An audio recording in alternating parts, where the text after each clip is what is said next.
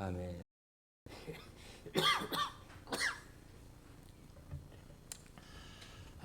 우리가 계속해서 주일 아침마다 호세아서를 통해서 은혜를 나누는데요. 오늘 호세아서 9장에 있는 말씀은 딱 두 단어로 요약하면 도피와 추적입니다. 최근 우리 사회에서 유행하는 말 가운데 코로나 블루라는 얘기가 있습니다. 코로나19 플러스 블루, PLUE, 이거는 우울감을 나타내는 단어예요.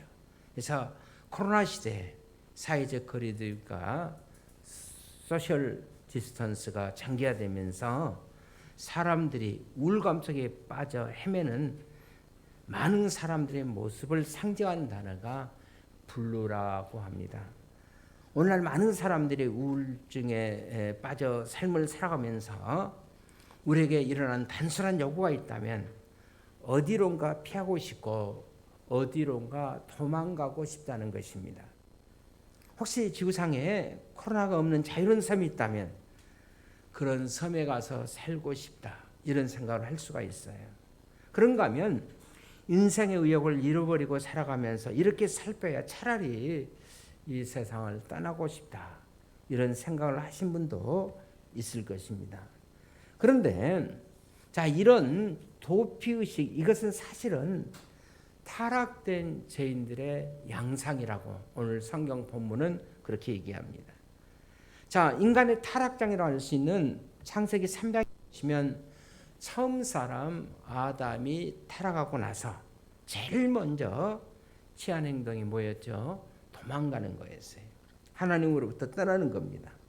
다시 말하면 에덴 동산을 떠나고자 했습니다. 그런데 이런 인간 아담을 하나님이 추적하시면서 찾아오십니다. 아담아, 아담아, 내가 어디 있느냐? 이때 여러분, 아담이 하나님께 드렸던 대답 기억나십니까? 제가 주를 위해서 숨었습니다. 그런데 여러분, 그가 전능하신 하나님 앞에서 피한들 얼마나 피할 수 있겠으며 숨은들 얼마나 숨을 수가 있었겠습니까? 겨우 한다는 것이 에덴 동산 숯불숲에 머리를 쳐박고 숨고 있었던 거예요. 이런 그 개그 같은 유머가 있습니다. 하나님이 범죄한 아담을 보니까 숯불 속에 머리만 축 쳐박고 있었어요. 여러분, 일본 말로 머리를 뭐라 하는지 아세요? 아담아. 또 그런 건 또 잘 아시네. 아담아. 그러니까 하나님이 아담아 머리죠. 내가 어디 있느냐? 왜냐하면 숯불 속에 머리만 쳐박고 있으니까. 여러분, 구약 요나서에 보시면 요나 선지자가 있어요. 하나님이 요나에게 니느웨 성으로 가서 하나님의 말씀을 전하라는 그런 메시지를, 명령을 요나가 받았어요. 하지만은 요나는 니느웨에 가서 복음 전하는 그 하나님 말씀 앞에 다른 것은 몰라도 니느웨에 가서 복음 전하는 것은 별로 순종하고 싶지가 않았어요. 왜냐하면 여러분, 이스라엘과 요나는 갈릴리 지방 출신이죠. 그러니까 북쪽 이스라엘이니 그 당시에. 그러니까 니느웨는 계속해서 이스라엘을 괴롭혔던, 어떻게 얘기하면 우리나라를 힘들게 했던, 그래서 일제 36년 동안 우리를 괴롭혔던 일본과 같은 나라예요. 그러니까 하나님께서 요나 선지자에게 니느웨에 가서 그 백성이 지금 범죄 때문에 망해가고 있다, 그들에게 가서 전해라고 그렇게 얘기했는데 니느웨는 그거 싫었어요. 민족적 감정. 다른 것은 몰라도 하나님 그거 노 땡큐. 그래서 하나님 말씀 거역하고 니느웨로 가는 대신에 반대 방향인 다시스, 지금으로 말하면 스페인쯤 되는 그 반대 방향으로 또 가는 배를 탔습니다.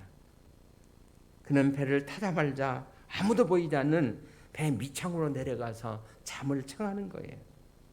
여러분, 도망가던 그가 배 밑창에서 여러분 잠을 청한들 제대로 왔겠어요? 아무튼 어쨌든 그는 배 밑창에 잠을 청했다는 것은 현실 세계에서 혹은 망각의 세계로 도피하고 싶은 그의 마음의 상태를 지금 나타내고 있는 겁니다. 그러나 여러분, 하나님께서 그런 요나를 보고만 계셨을까요? 아니, 배 밑창에 내려가 있는 하나님께서 요나를 못 찾으셨을까요? 그러나 하나님은 그 요나를 계속 추적하십니다. 드디어 하나님은 파도를 몰고 태풍을 몰고 요나를 추적하셔요. 여러분, 성경에서 말하는 아담의 스토리 혹은 요나의 스토리, 결국 죄 때문에 도피하고 있었던 인간, 그리고 그런 인간을 추궁이는 하나님의 숨바꼭질, 여러분, 이것이 바로 성경의 스토리라고 얘기할 수가 있습니다. 오늘 본문 여러분들이 오늘 본문 9장 6절 여러분들이 전반전을 한번 보시기를 바랍니다. 9장 6절입니다. 자, 9장 6절 우리 전반전만 한번 보십시다. 시작. 보라, 그들이 멸망을 배회할지라도 애굽은 그들을 모으고 노부는 그들을 장사하리니. 거기까지. 보라, 그들이 멸망을 배회할지라도 애굽은 그들을 모으고 노부는 그들을 장사한다. 자, 이 말씀을 한마디로 요약하면 내가 뛰어봤자 벼룩이다, 그런 내용이에요. 내 손 못 피한다는 거예요. 여러분, 인간이 하나님 피한다고 하나님의 손길을 벗어날 수가 있겠습니까? 그럼에도 불구하고 끊임없이 도피를 추구하는 인간, 이런 죄인된 인간의 도피의 양상은 무엇일까요? 여러분, 우리가 어떻게 도피하기를 원하십니까? 사람들은 첫째로 축제로의 도피입니다. 자, 사람들이 제일로 많이 취하는 방법 중에 하나는 축제로 도피하는 거예요. 자, 문화학자들은 인간을 가리켜서 놀이하는 존재 혹은 놀이하는 인간이라 그렇게 얘기합니다. 호모루덴스, 또 혹은 축제하는 인간, 호모 페스티우스. 자, 이런 말을 써서 인간에게는 놀고 싶은 본능, 그리고 축제의 본능이 있다는 것입니다. 그런데 노는 것, 여러분, 축제하는 것, 그것은 잘못도 아니고 그건 죄도 아니고 악도 아니에요. 우리가 좋은 마음으로 잘 놀고 선한 마음으로 축제를 즐기면 인간의 그 창조성을 복돋아서 오히려 하나님을 기쁘게 하는 예술의 마당을 펼쳐갈 수도 있습니다. 그럼에도 불구하고 죄에 빠져 있는 사람에게는 여러분, 때로는 이 놀이가 도피의 장소가 될 수도 있다는 겁니다. 우리가 코로나19로 지쳐있던 어느 날 여러분, 건강 스포츠를 찾아서 우리가 산책도 하고 주말 오후를 즐긴다. 그거는 굉장히 좋은 거예요. 그랬을 때 그 운동이나 산책은 우리에게 위로가 될 수도 있고 또 우리의 삶을 편안한 안식이 될 수도 있어요. 또 예배한다. 하나님을 예배한다. 여러분, 예배는 인간을 회복시키는 하나님의 거룩한 축제라고 할 수가 있습니다. 그런데 우리 자신이 우리 자신의 마음을 제대로 다듬지 못하고 경쟁에 지쳐버린 나머지 코로나 블루 인생에 대해서 오늘 밤무대를 찾아간다. 그리고 술집을 찾아가서 술을 마신다. 이것은 삶의 도피라고 할 수가 있습니다. 그 하버드 대학의 유명한 하비국스라는 문화신학자가 있는데요. 그는 세계 도시와 현상을 펼쳐가면서 수많은 축제가 전 세계 속에 벌어졌다고 얘기하면서 이런 축제는 인간에게 두 가지의 기회를 준다고 말합니다. 하나는 자유의 기회, 또 하나는 범죄의 기회를 주고 있다. 다시 말하면 우리는 축제를 통해서 좀 더 건강한 우리의 를 펼칠 수 있으며 또한 그 축제 때문에 범죄할 수도 있다는 것입니다. 그러니까 축제는 예수님과 하는 축제가 될 수도 있고 마귀와 함께하는 축제가 될 수도 있다는 겁니다. 모든 그리스도인들의 문화적 소명이 있다면, 자, 죄로부터 자신을 잘 보호하고 정결하게 되어서 하나님의 문화를 이 땅에서 펼쳐가는 진정한 문화의 변혁자가 되는 것. 이것이 바로 저는 크리스찬들의 문화적 소명이라고 생각합니다. 그러나 우리가 하나님의 백성으로서의 우리들의 문화, 성도의 문화를 잃어버리고 저 이방인들이 하는 문화에 우리가 참여하게 될 때 우리도 쉽게 죄의 노예가 될 수도 있다는 겁니다. 이것이 바로 이 당시 오늘 호세아 9장에서 말씀하고 있는 호세아가 살고 있던 시대에 바로 타락의 문화였어요. 저는 이것이 호세아 시대에만 타락 문화가 아니라 오늘날 우리가 살고 있는 이 시대의 저는 문화라고 생각합니다. 그래서 오늘 본문 1절을 우리가 한번 같이 보실까요? 1절을 한번 같이 보십시다. 시작. 이스라엘아, 너는 이방 사람처럼 기뻐 뛰놀지 말라. 내가 음행하여 내 하나님을 떠났고 각 타작마당에서 음행의 값을 좋아했느니라. 자, 이 말씀이 좀 어려워요. 그래서 쉽게 유진 피스달 목사님이 메시지 성경을 이렇게 썼는데 쉽게 그분이 써서 이 말씀을 한번 제가 다시 여러분들에게 읽어드리겠습니다. 이스라엘아, 광란의 밭으로 너희의 삶을 허비하지 말라. 이교들의 밭으로 너희의 삶을 탕진하지 말아라. 너는 틈만 나면 너희 하나님을 저버리면서 머리에 음란한 파티에 끼어들어 닥치는 대로 청녀처럼 내 자신을 팔고 있다. 여러분 실감나죠? 그런데 이런 축제가 우리들의 영혼을 여러분 어떻게 만족시킬 수가 있겠습니까? 메시지 성경에서 2절도 이렇게 다음같이 번역하고 있습니다.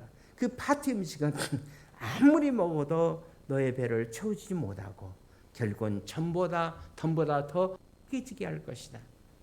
그렇다면 여러분, 우리는 도피성 축제를 중단하고 정결한 마음으로 하나님을 찬양하는 거룩한 축제를 시작하셔야 합니다.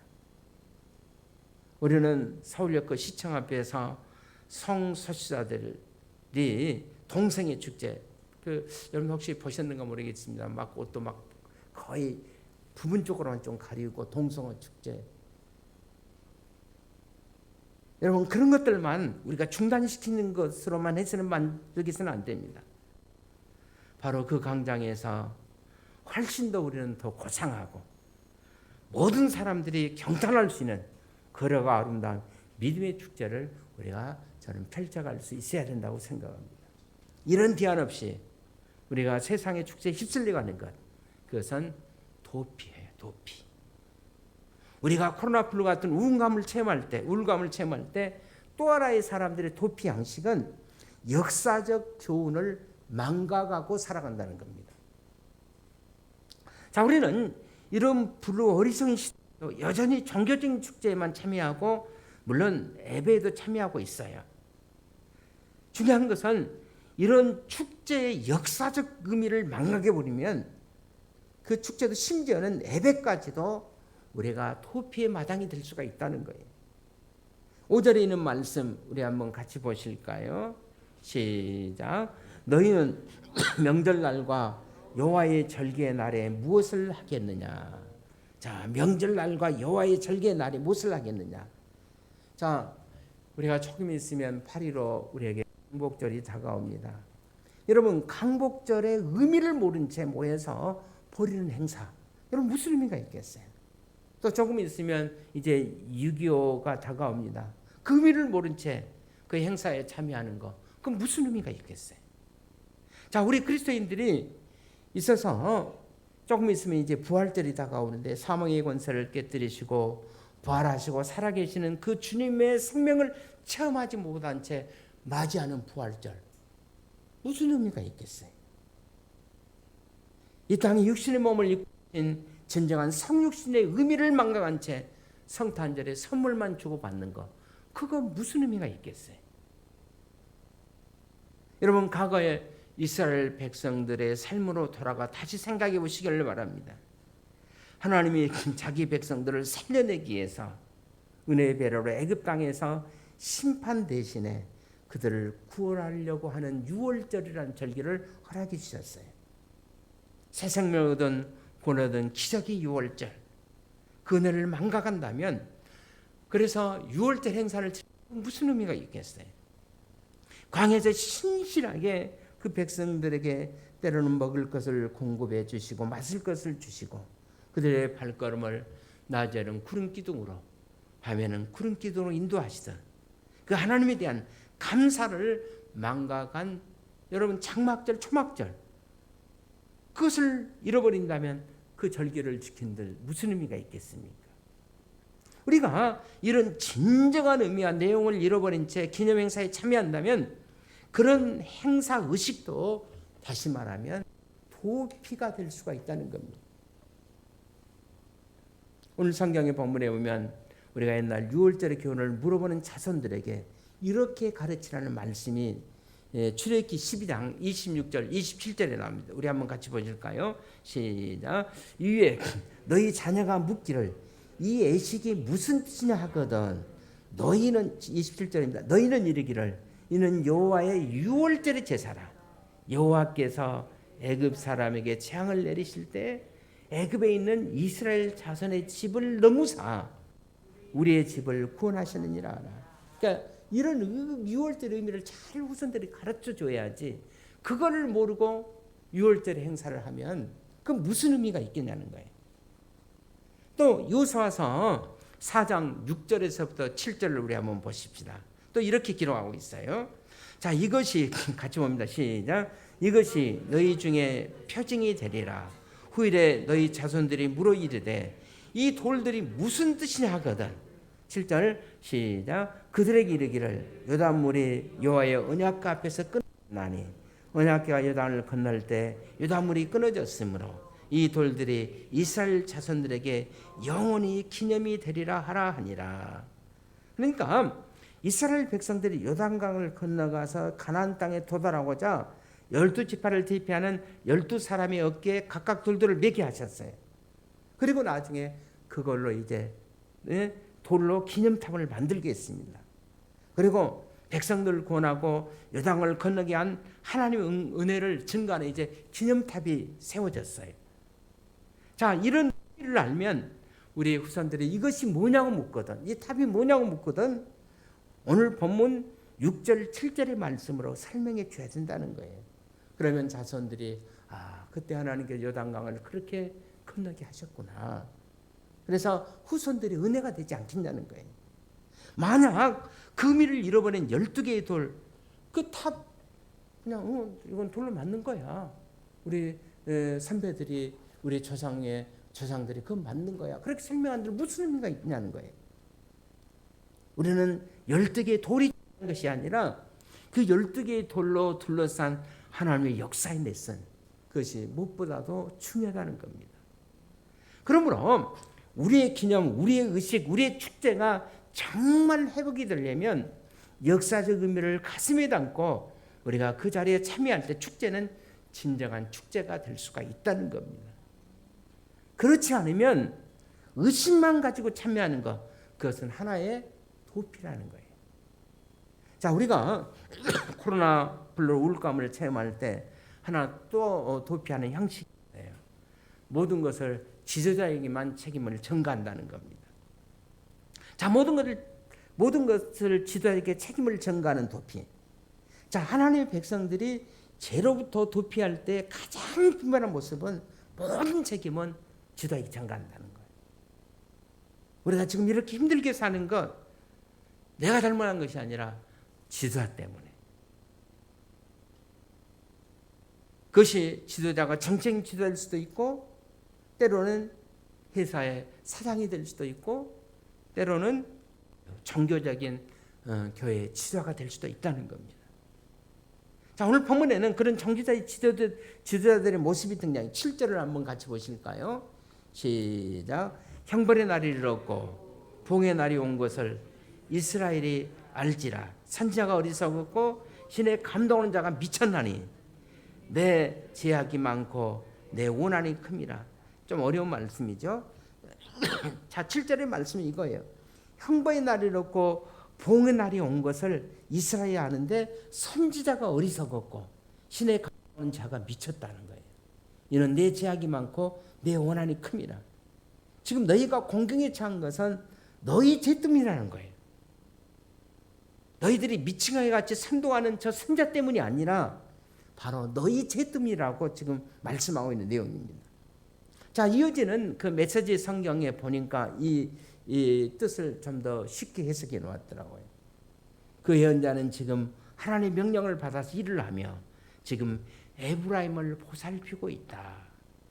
모두가 그에게 시비를 걸려고 하니 그는 모두에서 심지어는 하나님의 집에서도 사람들에게 미움을 받고 있다. 그렇습니다. 물론 지도자의 책임이 큰 것도 사실이에요. 그러나 나의 책임을 지도자에게만 전가하는 것, 여러분 그것은 일종의 도피라고 할 수가 있습니다.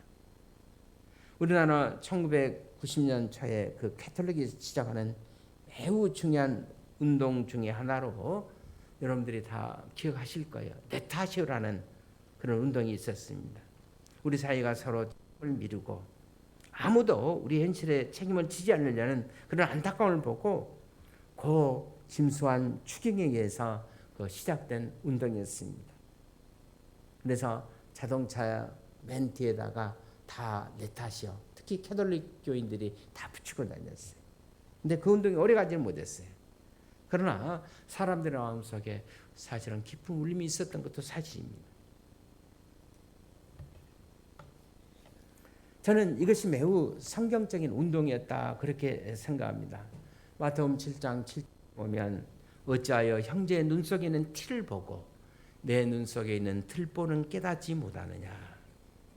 그런데 내 자신을 깨닫지 못 날마다 계속해서 회장님 탓하고 가정에서는 아버지 탓만 하고 또 교회에서는 지도자 탓만 하고 그러면 여러분 우리 사회는 어떻게 되겠습니까? 탓한다는 것은 자신의 책임에서 지금 도피하고 있는 것을 의미합니다. 여러분 도피자가 많은 사회, 그것은 무책임한 사회가 될 수밖에 없다는 거죠. 여러분 도피는 절대로 해답이 아닙니다. 우리 한번 따라하십시오. 도피는 해답이 아니다. 그렇습니다. 도피는 절대로 해답이 아니에요.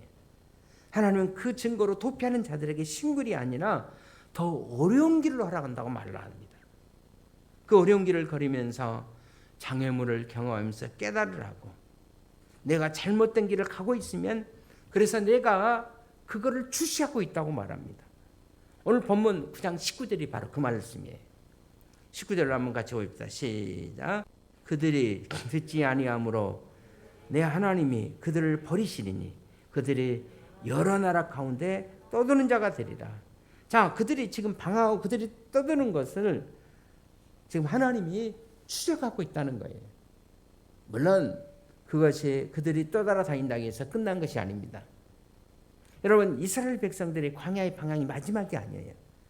그들이 회개하기 시작할 때 하나님은 그들에게 방황을 중단시키시고 역사의 무대의 중심으로 다시 그들을 복귀시키는 드라마를 준비합니다.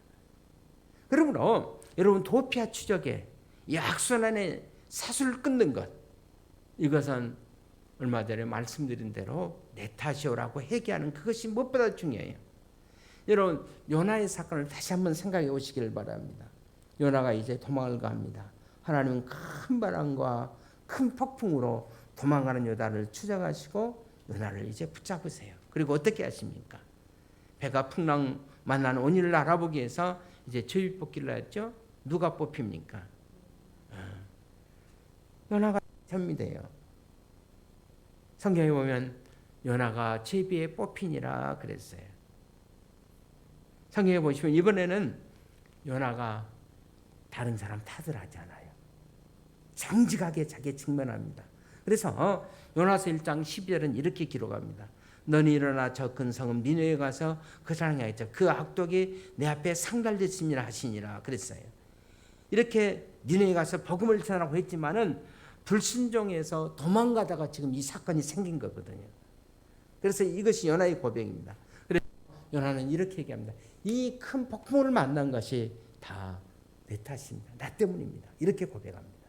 그래서 그렇게 고백했더니 모든 상황은 달라져요. 여러분 우리 민족의 폭풍, 우리 교회의 폭풍, 그리고 우리의 가정들의 폭풍, 이것은 다 내 탓입니다. 지금 우리 사회는 서로에게 여러분 책임 전가에 얼마나 바쁩니까? 이렇게 민족이 된 거, 어떤 사람들은 친일파 탓이라고 해서 지난번에 보니까 다 이승만 대통령, 건국 대통령한테 이승만 대통령 탓이다. 동상 다 없애버려야 된다. 또 그런 분도 있고요. 또 어떤 분들은 이렇게 된 것은 우리나라에 기독교가 들어왔습니다. 그래서 기독교를 뭐라고 표현하면 개독교라고 막 표현하기도 하고. 물론 교회가 잘못한 것들은 반성해야죠. 하지만은 내 탓이라고 나라고 말하는 사람들이 요나처럼 보이지 않는다는 겁니다. 지금 우리 민족이 겪고 있는 어려운 현실, 다 부정한 것은 내 탓이라고 말한다면, 우리의 최고자가 그렇게 말한다면 얼마나 국민들의 마음속에 울림이 있겠어요. 우리가 참 그런 지자를 우리가 그리워하지 않습니까? 하나님은 그 대답 하나, 내 탓이요, 그걸 우리에게 요구하고 있습니다. 자, 요나가 그렇게 대답하자마자 하나님 그 대답을 듣자마자 풍랑을 그치게 하시잖아요. 또 오늘 성경에 보면 자, 이렇게 범죄한 이스라엘 백성들이 내 탓이요 고백하자마자 하나님은 그들을 다시 광야로 찾아오세요. 그것이 9장 10절의 말씀입니다. 10절 한번 보십시다. 시작. 옛적에 내가 이스라엘을 만나기를 광야에서 포도를 만난 같이 하였으며 너희 조상들을 보기를 무화과나무에서 처음 맺힌 첫 열매를 본 같이 하였거늘 그들이 바알볼에 가서 부끄러운 우상에 몸을 들이므로 저희가 사랑하는 우상같이 가증하여졌다. 여기 무슨 얘기냐면 여러분 그 메마른 광야에 포도가 열릴 수 있겠어요? 없겠어요? 없죠. 또 거기에 무화과나무가 열려서 열매를 맺을 수 있겠습니까? 없겠습니까? 없어요. 자, 내가 너희들을 만나고 싶어서 이거 은유법이에요. 광야에서 포도나무를 보는 것처럼 그래서 따는 것처럼 그렇게 내가 너희를 만나고 싶은 일념으로 내가 너희에게 달려왔다는 거예요. 너희가 해기만 한다면 나는 너희들을 만나서 이제 새롭게 시작하겠다는 거예요. 그런데 지금 너희 모습이 그 후반절에 보면 우상과 가증해진 모습이라는 거예요. 이제라도 바꿔야 된다는 거예요. 이제라도 회개해야 된다는 거예요. 회개만 한다면 나는 너희와 새로운 역사를 시작하시겠다는 겁니다. 기꺼이 메마른 광야에서 내가 포도 열매를 보는 것처럼 또 첫 열매인 무화과나무를 그렇게 보는 것처럼 내가 너희를 그렇게 반갑게 만나 주시겠다는 거예요. 그리고 너희들과 더불어 새로운 역사를 시작했다는 겁니다. 아무리 더럽혀져도 아무리 망가져도 상관없다는 거예요. 그래서 내가 너희에게 지금 달려왔고 너희를 만나고 싶어서 너희를 새롭게 하고 싶어서 이 광야까지 내가 왔다는 겁니다. 그렇습니다. 이제는 도망가지 말라고 피하지 말라고 도피하지 말라고 그리고 하나님 앞에 회개하고 항복하라고 그리고 돌이키라고 지금이야말로 중단하고 돌이킬 때라고 그렇게 말씀하고 있는 거예요. 그러니까 우리는 지금 코로나 불우 시대에 많은 사람들이 힘들어하고 있는 것도 사실입니다. 그러나 이 코로나 불우 시대에 하나님은 이스라엘 백성들을 광야에서 만난 것처럼 우리를 만나고 싶다는 거예요. 너희들에게 새로운 삶을 주고 싶다는 거예요. 지금 여호와님께서 오늘 호세아선지자를 통해 주셨던 말씀을 우리에게 지금 주시고 있습니다. 그러므로 코로나 시대에 힘들고 어려도 꼭 하나님과 더불어 동행하는 삶, 하나님을 만나는 삶, 그리고 하나님과 함께하는 삶을 살아갈 수 있기를 주의 이름으로 축원을 드립니다. 우리 기도하겠습니다. 하나님 아버지, 귀한 시간에 저들을 축복해 주셔서 감사하고